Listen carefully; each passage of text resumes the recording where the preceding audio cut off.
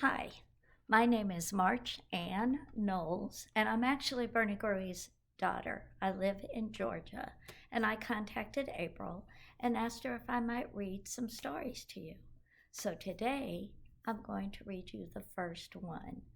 I've read it other places, and one of the favorite authors of the people I've read to has been Patricia Polacco because she writes from her own experiences and makes her stories so realistic, things we can all relate to. And so I've chosen her stories to start off with. And this first one is one that'll actually let you get to know her. She writes and illustrates her books, but has the help of her mother with the illustrations. And she lives up on a farmhouse up in Michigan. The first story I'm going to read to you is called Thank You, Mr. Falker. It's by Patricia Polacco. And just looking at it, you can already tell this is going to be about a teacher, a child, and it looks like reading may be the issue here. So we'll get started. And when I read aloud, I read the pages, but I always show the pictures because we all love to look at the pictures. So this book is actually dedicated to Mr. George Falker, who is the real Mr. Falker. And she writes that you will forever be my hero. And there's a little book and honey. And as we read the story, we'll figure that one out. Here we go. The grandpa held the jar of honey so that all the family could see, then dipped a ladle into it and drizzled honey on the cover of a small book. The little girl had just turned 5. Stand up, little one, he cooed. I did this for your mother, your uncles, your older brother, and now you. Then he handed the book to her. Taste. She dipped her finger into the honey and put it into her mouth. What is that taste? Grandma asked. The little girl answered, sweet. Then all the family said in a single voice, yes, and so is knowledge, but knowledge is like the bee that made the sweet honey, and you have to chase it through the pages of a book. The little girl knew that the promise to read was at last hers. Soon she was going to learn to read. There's the grandpa and the little girl. She's tasting the honey on the book with a very simple table.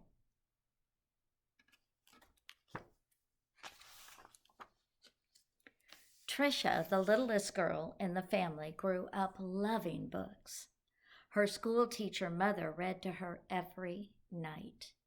Her red-headed brother brought his books home from school and shared them. And whenever she visited the family farm, her grandfather or grandmother read to her by the stone fireplace.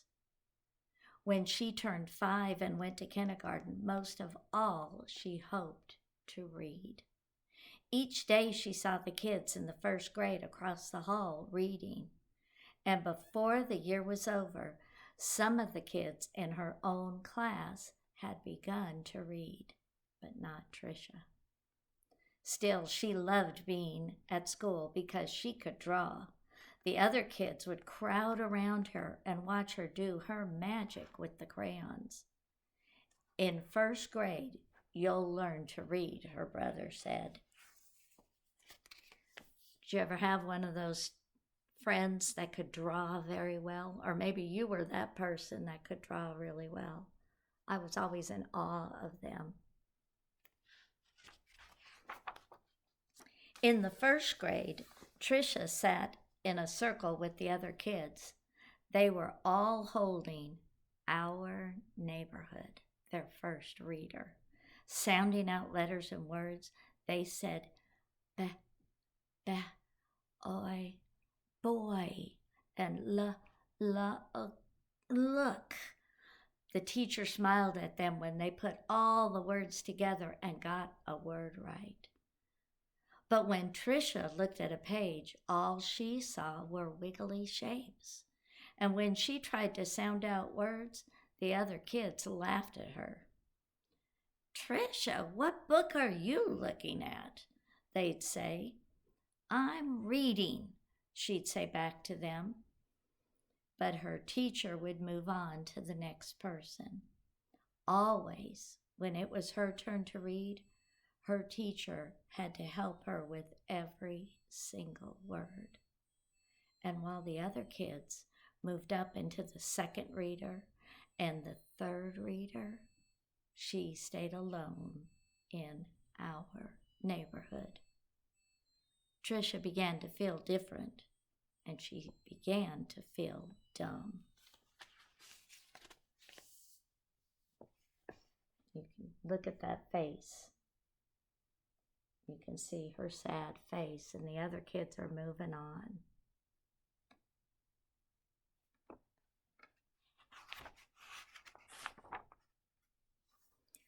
The harder words got for the little girl, the more and more time she spent drawing.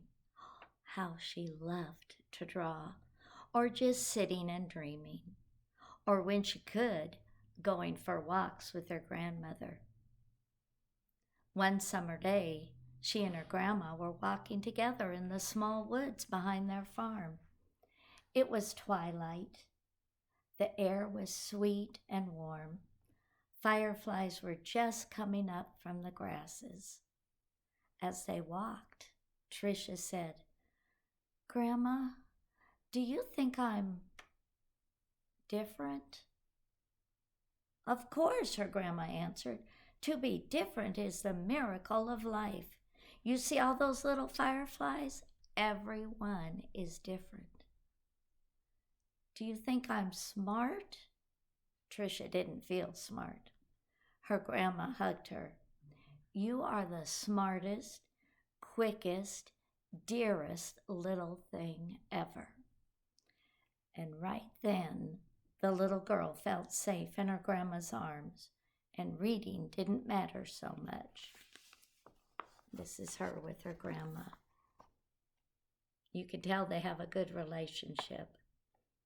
I bet some of you have good relationships with your grandchildren.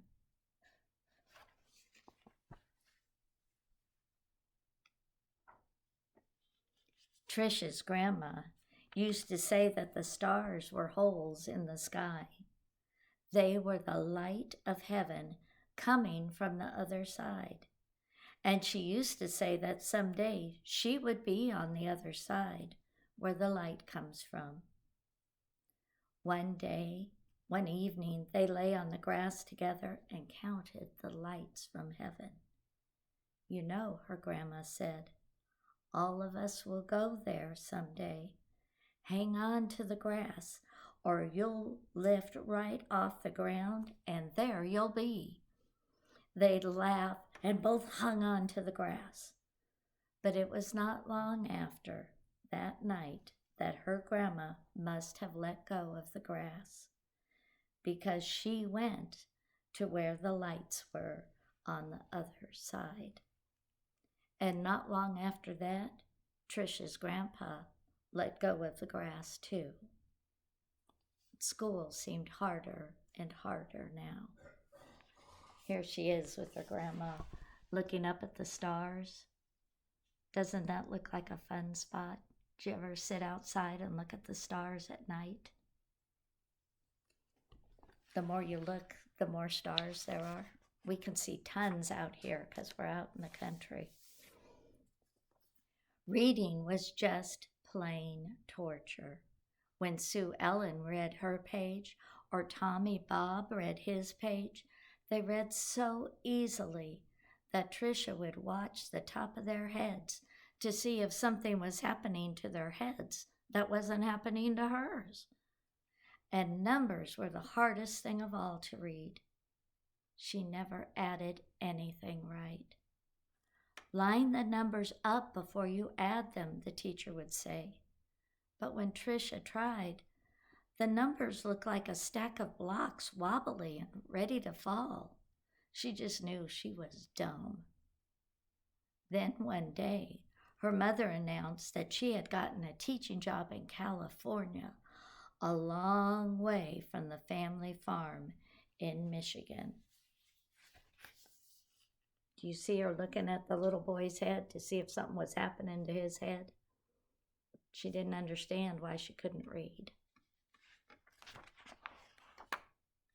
And even though her grandma and grandpa were gone, the little girl didn't want to move. Maybe, though, the teachers and the kids in the new school wouldn't know how dumb she was.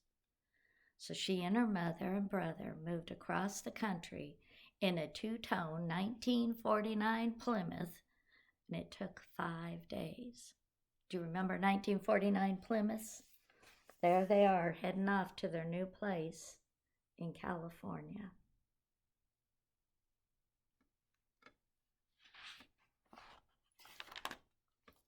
But at the new school, it was the same. When she tried to read, she stumbled over words.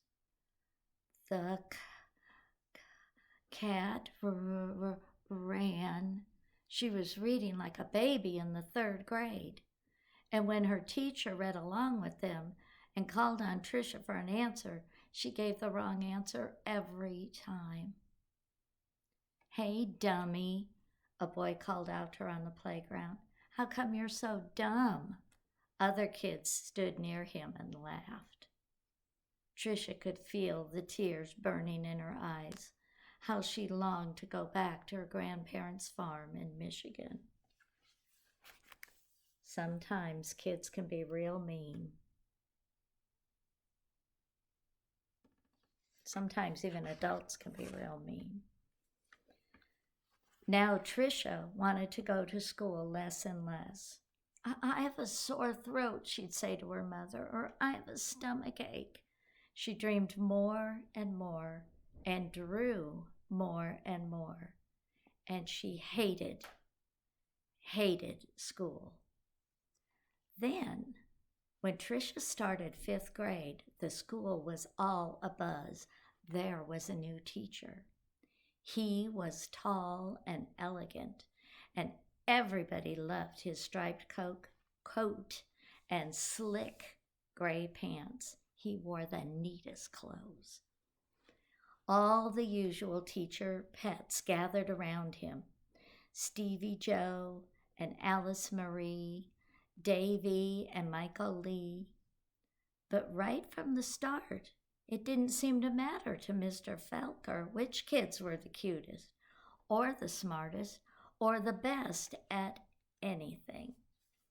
And here is Mr. Falker. The kids think he's a spiffy dresser.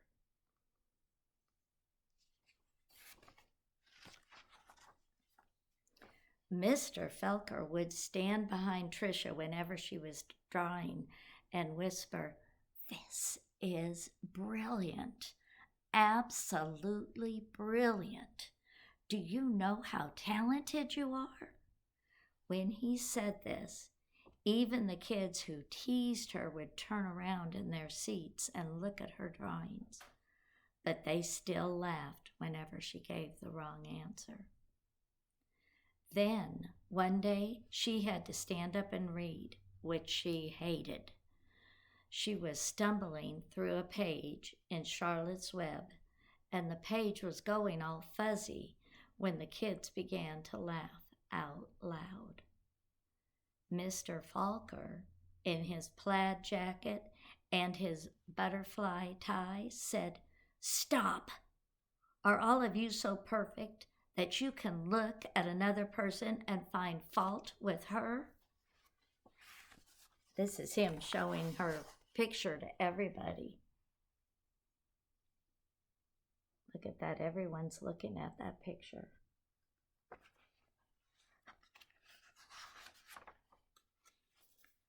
Well, that was the last day anyone laughed out loud, or made fun of her, all except Eric. He had sat behind Tricia for 2 whole years, but he seemed to almost hate her, and Tricia didn't know why. He waited by the door of the classroom for her and pulled her hair. He waited for her on the playground, leaned in her face and called her Toad. Tricia was afraid to turn any corner for fear Eric would be there. She felt completely alone. The only time she was really happy was when she was around Mr. Falker. He let her erase the boards. Only the best students got to do that. He patted her on the back whenever she got something right, and he looked hard and mean at any kid who teased her. That must be Eric making fun of her. See all the mixed up words in the background? Those words that confuse her? But the nicer Mr. Falker was to Tricia, the worse Eric treated her. He got all the other kids to wait for her on the playground or in the cafeteria or even in the bathroom and to jump out and call her stupid or ugly. And Tricia began to believe them. She discovered that if she asked to go to the bathroom just before recess, she could hide under the inside stairwell during free time and not have to go outside at all. In that dark place, she felt completely safe. There she is, looking out at all the other kids as they're on the playground playing. She feels safe back there. It's kind of her own secret hiding place. Did you ever have one of those? But one day at recess, Eric followed her to her hiding place. Have you become a mole? He laughed, and he pulled her out into the hall and danced around her. Dumbbell, dumbbell, maggoty old dumbbell. Well, Tricia buried her head in her arms and curled up in a ball, and suddenly she heard footsteps. It was Mr. Falker. He marched Eric down to the office, and when he came back, he found Tricia. I don't think you'll have to worry about that boy again, he said softly. What was he teasing you about, little one? I don't know, shrugged Tricia. There's Eric making fun of her and Mr. Falker coming down the hallway. See how sad and lonely she looks down there? Makes your heart hurt for her. Tricia was sure Mr. Falker believed that she could read. She had learned to memorize what the kid next to her was reading, or she would wait for Mr. Falker to help her with a sentence. Then she'd say the same thing he did, and good, he would say. Then one day Mr. Falker asked her to stay after school and help wash the blackboards. He put on music and brought out little sandwiches as they worked and talked. All at once he said, "Let's play a game. I'll shout out letters. You write them on the board with a wet sponge as quickly as you can." "A," he shouted. She wiped a watery A. 8, he shouted. She made a watery 8. 14, 3, D, M, Q, he shouted. He shouted out many, many letters and numbers. Then he walked up behind her, and together they looked at the board. It was a watery mess. Tricia knew that none of the letters or numbers looked like they should. She threw the sponge down and tried to run. Look at the board at the end. I think Mr. Falker is trying to figure something out. But Mr. Falker caught her arms, sank to his knees in front of her. "You poor baby," he said. "You think you're dumb, don't you? How awful for you to be so lonely and afraid." And she sobbed. "But little one, don't you understand? You don't see letters and numbers the way other people do. And you've gotten through school all this time and fooled many, many good teachers." He smiled at her. "That took cunning and smartness and such bravery." Then he stood up and finished washing the board. "We're going to change all that, girl. You're going to read, and I promise that." And this is where he's talking to her and letting her know she's not dumb. She just sees things differently. I wonder how he's going to help her learn to read. Well, now, almost every day after school, she met with Mr. Falker and Miss Plessy, a reading teacher. They did lots of things she didn't even understand. At first, she made circles in the sand, and then big sponge circles on the chalkboard, going from left to right, left to right. Another day, they flicked letters on a screen, and Tricia shouted them out loud. Still other days, she worked with wooden blocks and built words. Letters, letters, letters, words, words, words, always sounding them out, and that felt good. But though she'd read words, she hadn't read a whole sentence, and deep down she still felt dumb. Then, one spring day, had it been 3 months or 4 months since they had started? Mr. Falker put a book in front of her, a book she'd never seen before. He picked a paragraph in the middle of a page and pointed to it. Almost as if it were magic, or as if a light had poured into her brain, the words and sentences started to take shape on the very page as they never had before. She marched them off to... Slowly she read a sentence, then another, and another, and finally she'd read a paragraph. And she understood the whole thing. She didn't notice that Mr. Falker and Miss Plessy had tears in their eyes. Look at her reading. She looks surprised in her face. She's finally figured it out. That night, Tricia ran home without stopping to catch her breath. She bounded up the front steps, threw open her front door, and ran through the dining room to the kitchen. She climbed up on the cupboard and grabbed a jar of honey.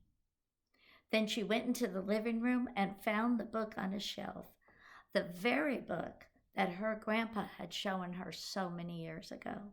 She spooned honey on the cover and tasted the sweetness and said to herself, "The honey is sweet, and so is knowledge. But knowledge is like the bee who made the honey. It has to be chased through the pages of the book." Then she held the book, honey and all, close to her heart. She could feel tears roll down her cheeks, but they weren't tears of sadness. She was happy, so very happy. And she's looking up at those stars. I know who she's thinking of.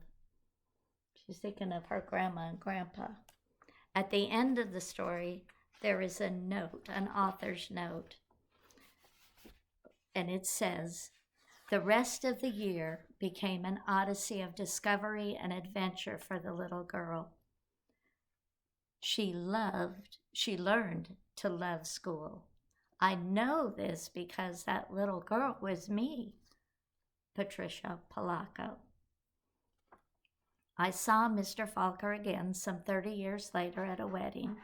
I walked up to him and introduced myself. At first, he had difficulty placing me. Then I told him who I was and how he had changed my life so many years ago. He hugged me and asked me what I did for a living. And I said, "Why, Mr. Falker, I make books for children." Thank you, Mr. Falker. Thank you. And that's the first story by Patricia Polacco. And I hope you enjoyed hearing it. And I have many more if you're interested in hearing them. Have a great day. Bye-bye.